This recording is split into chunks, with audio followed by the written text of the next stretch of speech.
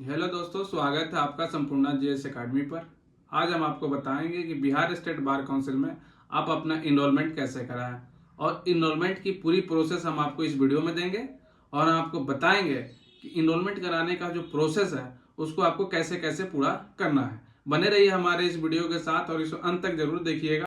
सबसे पहले आप इनरोलमेंट कराने के लिए बिहार स्टेट बार काउंसिल में जा रहे हैं तो उसके लिए आप ध्यान रखें आपके पास कौन कौन से डॉक्यूमेंट्स अनिवार्य रूप से होना चाहिए और उन डॉक्यूमेंटों की सूची हम आपको दे रहे हैं, उसको ध्यान से आप देखिएगा। सबसे पहले आपके पास होना चाहिए मैट्रिकुलेशन का मार्कशीट और उसके साथ साथ उसका पासिंग सर्टिफिकेट। ये डॉक्यूमेंट्स आपको दो मैट्रिक का होना चाहिए, एक मैट्रिक का मार्कशीट, दूसरा उसका पासिंग सर्टिफिकेट। चाहे वो आप जिस भी बोर्ड से हो, चाहे वो बिहार बोर्ड से हो या सीबीएसई बोर्ड से या जिस भी बोर्ड से आप हो, उसका आपको मार्कशीट और सर्टिफिकेट होना चाहिए मैट्रिकुलेशन का। नेक्स्ट है, अगर आपकी डिग्री एलएलबी की 5 ईयर की है तो आपके पास इंटरमीडिएट का भी मार्कशीट होना चाहिए। लेकिन अगर आपकी डिग्री एलएलबी की 3 ईयर की है तो आपको इंटरमीडिएट की मार्कशीट और उसकी डिग्री की कोई जरूरत नहीं है। आपको चाहिए उसके बाद ग्रेजुएशन का मार्कशीट और डिग्री।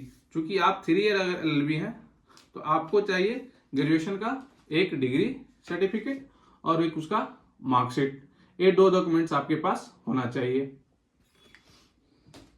नेक्स्ट है, अब आपके पास होना चाहिए एलएलबी की मार्कशीट।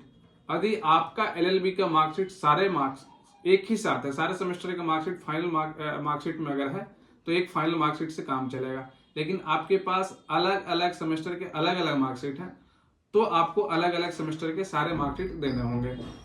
अब देखेंगे इसके साथ आपको एलएलबी की डिग्री सर्टिफिकेट आपके पास होनी चाहिए।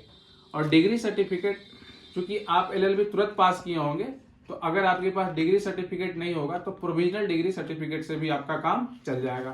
तो आपके पास प्रोविजनल या फिर मूल दोनों में से कोई एक होना चाहिए। इसके अलावा जिस संस्थान से आपने एलएलबी किया है वहां से एक कैरेक्टर सर्टिफिकेट मिलता है जब आप डिग्री लेने जाते हैं फाइनली, या फिर मार्कशीट जब आपको प्राप्त होता है तब। और एक कैरेक्टर सर्टिफिकेट आपके पास होना चाहिए जहां से आपने एलएलबी की डिग्री ली है, वहां से आपके पास कैरेक्टर सर्टिफिकेट होना चाहिए। और एक और बात ध्यान रखिएगा, जितने भी डॉक्यूमेंट्स आप लेके जा रहे हैं सारे डॉक्यूमेंट्स आपको इस तरह से लेमिनेटेड होना चाहिए। सारे डॉक्यूमेंट्स लेमिनेटेड, अगर आपका डॉक्यूमेंट्स लेमिनेटेड नहीं है फिर उससे कोई काम नहीं होगा। सारे डॉक्यूमेंट्स आप ध्यान रखें कि ऐसे लेमिनेटेड होना चाहिए। मूल डॉक्यूमेंट्स के साथ साथ आपके इस सारे डॉक्यूमेंट्स का कम से कम 2 फोटो कॉपी भी आपके पास अनिवार्य रूप से होना चाहिए। कम से कम सारे डॉक्यूमेंट्स का एक डॉक्यूमेंट्स का 2 फोटो कॉपी आपके पास होना चाहिए। तो आप ध्यान रखेंगे आपका डॉक्यूमेंट्स लेमिनेटेड होना चाहिए और उसकी कम से कम 2 छाया प्रति होनी चाहिए। अभी मैंने आपको जितने डॉक्यूमेंट्स बताए उस सारे डॉक्यूमेंट्स लेके आप बिहार स्टेट बार काउंसिल के ऑफिस में पहुंचेंगे।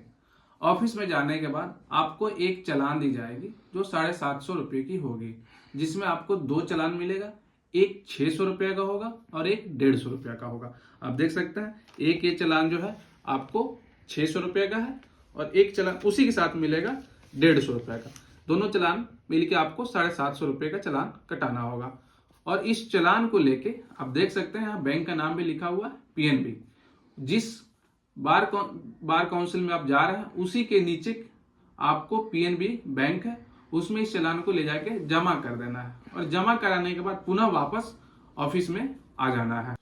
फिर जैसे आप ऑफिस में आइएगा तो ये जो चालान आप कटा के लाए हैं इसका एक ऑफिस से इसका एक रिसिप्ट मिल जाएगा जो आप देख रहे हैं यहाँ, जो 750 रुपये की होगी। और इस रिसीट के साथ साथ ही आपको रजिस्ट्रेशन कराने के लिए एक फॉर्म तथा एक आइडेंटिटी कार्ड बनवाने के लिए फॉर्म आपको मिल जाएगा। हम आपको अगले वीडियो में बताएंगे कि उस फॉर्म को कैसे फिलअप करना है। एक चूंकि वो फॉर्म मोटी फॉर्म होती है, लगभग उसमें 20 से 25 पेज होते हैं, तो उसमें से कौन सा हिस्सा आपको भरना है, कौन सा हिस्सा किसी वकील को भरना है, कौन सा हिस्से में नोटरी के पास जाना है, सारा डिटेल्स आपको एक एक लाइन उस फॉर्म को भरते हुए आपको हम दिखा देंगे।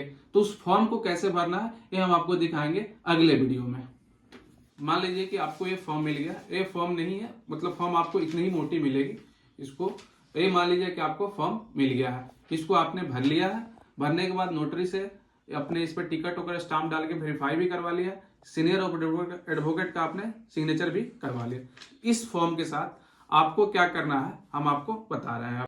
अब ये सारे डॉक्यूमेंट्स जो आपने लेमिनेटेड करा लिए हैं, इसकी 2 प्रति आपके पास होनी चाहिए, फोटोकॉपी, और इसको इसके साथ आप अटैच करेंगे, अटैच कर देंगे। और आप देखेंगे कि इसमें एक होल किया हुआ है, आप यहाँ देख रहे हैं, यहाँ होल किया हुआ है, इसमें होल होगा। और होल करने के बाद सारे डॉक्यूमेंट्स को एक साथ करके इसके साथ आप फॉर्म के साथ ऐसे अटैच कर देंगे। और अटैच करने के बाद इसको ले जाके आप ऑफिस में जमा करेंगे। जमा करने के बाद आपको वहां से इस फॉर्म का वेरीफाई किया जाएगा कि आपने फॉर्म सही तरीके से भरा है या नहीं, उसमें जितने के टिकट लगने हैं उस टिकट को साटा है कि नहीं, और 2 एडवोकेट के सिग्नेचर उसमें है कि नहीं। आपके डॉक्यूमेंट्स को वेरीफाई करने के बाद आपको डॉक्यूमेंट्स का सारा वेरीफाई करने के बाद उसको एक्सेप्ट कर लिया जाएगा। एक्सेप्ट करने के बाद आपको एक रसीद दे दी जाएगी, और या फॉर्म के नीचे जो एक पावती होती है वो आपको मिल जाएगी। उस रसीद को लेके आपको वापस घर आ जाना है। लेकिन आपको यहाँ एक और बात बता दें, यदि आप अर्जेंट में मेंशन करना चाहते हैं कि आपको अपना इनरोलमेंट सर्टिफिकेट बहुत ही जल्द चाहिए, उसके लिए प्रोसेस है कि आप अर्जेंट मेंशन कर सकते हैं। और अर्जेंट मेंशन करने के बाद आपको 48 घंटे में आपका इनरोलमेंट सर्टिफिकेट तैयार हो जाएगा। उसके लिए आपको अलग से 11,000 रुपये का आपको चालान कटवाना होगा। और उस 11,000 रुपये का चालान कटवा के पुनः नीचे में जो बैंक है जहां आपने पहले से फॉर्म भरने के लिए जो पैसा जमा करने गए थे, वहां जाके आपको 11,000 रुपये पुनः जमा करना होगा और एक अर्जेंट का रसीद आपको कटवाना होगा। अगर आपने अर्जेंट मेंशन किया है तो आपको 48 घंटे बाद पुनः बिहार स्टेट बार काउंसिल में जाना होगा। लेकिन अगर आपने अर्जेंट मेंशन नहीं किया है तो आपको 1.5 से 2 महीने बाद बिहार स्टेट बार काउंसिल में जो आपको पावती मिली है उसको लेके पुनः आपको जाना होगा। वहां जाने के बाद सबसे पहले आपको पता करना होगा कि मेरा इनरोलमेंट सर्टिफिकेट बना है या नहीं। यदि वो कहते हैं कि आपका इनरोलमेंट सर्टिफिकेट तैयार है तो फिर आपको एक रसीद दिया जाएगा, जो कि आपको बार काउंसिल वेलफेयर फंड का रसीद होता है, जिसमें आपको 6,000 रुपया जमा करना होगा। और इस 6,000 का रसीद आपको कटवाना होगा। और इस 6,000 का रसीद कटवाने के बाद आके पुनः एक डायरी आपको लेनी होगी। इस तरह से एक डायरी मिलती है और एक डायरी लेनी होगी। इसके लिए भी आपको 275 का रसीद कटवाना होगा। ठीक है, ये सारा प्रोसेस आप पूरा करने के बाद आपको अब मिलेगा इनरोलमेंट सर्टिफिकेट, जो कि आपका इनरोलमेंट सर्टिफिकेट ऐसा बनकर तैयार होगा। आप देख सकते हैं यहाँ पर एक फोटो लगी हुई है। हम आपको यही बता दें कि जब आप सारे डॉक्यूमेंट्स को लेकर फॉर्म भरने के लिए जाइएगा तो एडवोकेट के ड्रेस में आपको 4 फोटो खिंचवाना होगा। और उस 4 फोटो में से एक फोटो आपको यहाँ लगेगा, 2 फोटो आपके रजिस्ट्रेशन फॉर्म पे लगेगा और एक फोटो जो आप डॉक्यूमेंट्स जमा करेंगे उसके साथ आपको जमा करना होगा। लेकिन ध्यान रखें कि आपकी जो फोटो है वो एडवोकेट की प्रॉपर ड्रेस में होनी चाहिए। ठीक है, तब जाके आपको ऐसा बार स्टेट काउंसिल से आपको इनरोलमेंट सर्टिफिकेट मिलेगा और आपका सर्टिफिकेट बनके ऐसा तैयार होगा। लेकिन ये सर्टिफिकेट आपका प्रोविजनल होगा।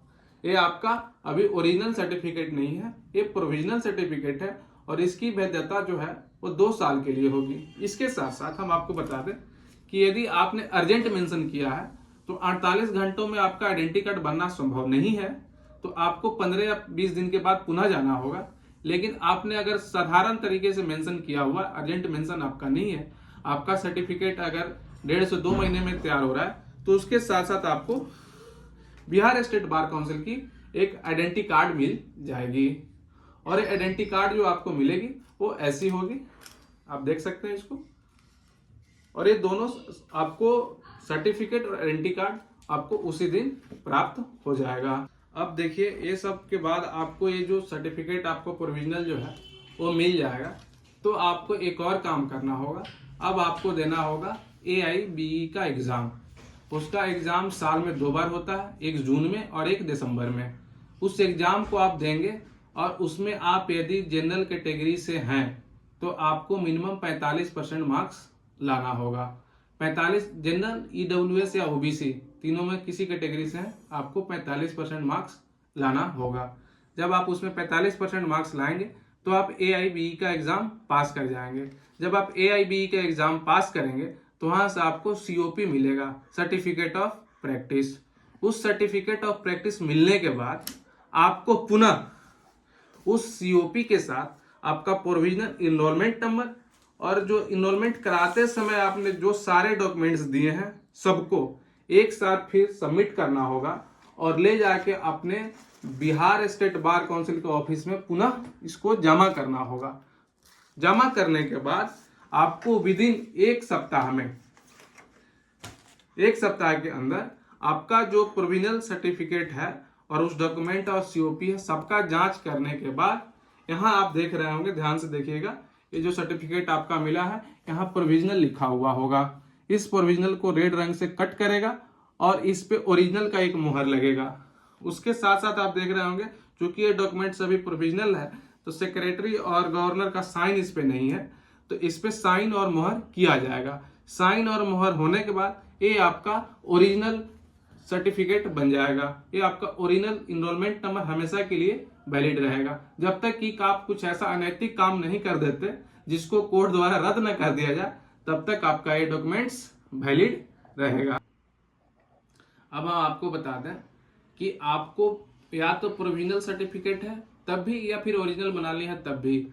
अब आप प्रोविजनल भी रहेगा तब भी आप 2 साल के लिए कोर्ट में प्रैक्टिस कर सकते हैं। जरूरी नहीं कि जब तक ओरिजिनल आपका आएगा तब से आप कोर्ट में प्रैक्टिस करेंगे। आपके पास प्रोविजनल भी आ गया है, आप अगले दिन से कोर्ट में प्रैक्टिस शुरू कर सकते हैं। लेकिन आपका एक्सपीरियंस कोर्ट में तब बनेगा जब आप जिस कोर्ट में भी प्रैक्टिस कर रहे हैं, आपने फॉर्म भरते समय वहां आपको डालना होता है कॉलम में कि आप अपना प्रैक्टिस कहाँ करना चाहते हैं। तो आप जिस भी जिले में आप प्रैक्टिस करना चाहते हैं उस जिला का नाम अपने फॉर्म में भरना होता है। यदि इसके अलावा आप पटना हाई कोर्ट डालते हैं तो पटना हाई कोर्ट में आपको प्रैक्टिस करना होगा। तो जिस भी जिले में या जिस भी कोर्ट में आप प्रैक्टिस करने का मेंशन करते हैं अपने फॉर्म में, वहां आपको वहां के आपके जो कोर्ट होंगे उसमें बहुत सारे एसोसिएशन होते हैं। जैसे हम आपको एग्जांपल के लिए पटना हाई कोर्ट का एसोसिएशन के बारे में बता देते हैं। यहाँ 3 से 4 एसोसिएशन काम करता है, जिसमें एक है एडवोकेट एसोसिएशन, एक है लॉयर एसोसिएशन, एक है बार एसोसिएशन, जिसमें बैरिस्टर एसोसिएशन भी हम है। आप इसमें से किसी एक एसोसिएशन को आपको ज्वाइन करना होगा। जब तक आप एसोसिएशन ज्वाइन नहीं करेंगे आपको प्रैक्टिस सर्टिफिकेट जो मिलता है वो इसी एसोसिएशन के माध्यम से मिलता है, वो आपको प्राप्त नहीं होगा। तो आप इनमें से किसी एक एसोसिएशन को अपने सुविधा अनुसार ज्वाइन कर सकते हैं। उसकी जो फी है या उसके वेलफेयर फंड में जो भी फी है, अलग अलग एसोसिएशन की अलग अलग फी है, डिस्ट्रिक्ट के अलग अलग डिस्ट्रिक्ट के एसोसिएशन की अलग अलग फी है। आप उसको पूर्णतः भर देंगे और जमा कर देंगे और उसके बाद आप एसोसिएशन के मेंबर बन सकते हैं। अब हम आपको बताते हैं, एक बार फिर से ध्यान से सुनिएगा, टोटल फी जो है आपको कितना लगेगा। यदि आप नॉर्मल प्रोसेस से जाते हैं तो आपको फॉर्म फी लगेगा आपको 750 रुपया। फॉर्म फिलिंग करने के जब आप फॉर्म भरेंगे उसमें नोटरी से जो एफिडेविट कराना है, उसमें टिकट वगैरह सटना है, उसमें कुल मिला के 250 रुपया खर्च आपको आएगा। और जब आपका इनरोलमेंट सर्टिफिकेट तैयार हो जाएगा और उसको लेने जाएंगे, उससे लेने से पहले आपको कम से कम 6000 रुपया जो है आपको एडवोकेट वेलफेयर फंड में डालना होगा और ये मैंडेटरी है। जब तक आप डालेंगे नहीं तब तक आपका सर्टिफिकेट आपको देगा नहीं। उसी के साथ साथ आपको डायरी के लिए 275 रुपया जमा करना होगा। कुल मिला के यदि आप नॉर्मल प्रोसेस से जा रहे हैं, फॉर्म फी से लेके सर्टिफिकेट लेने तक आपको खर्च आ जाएगा 7275 रुपया।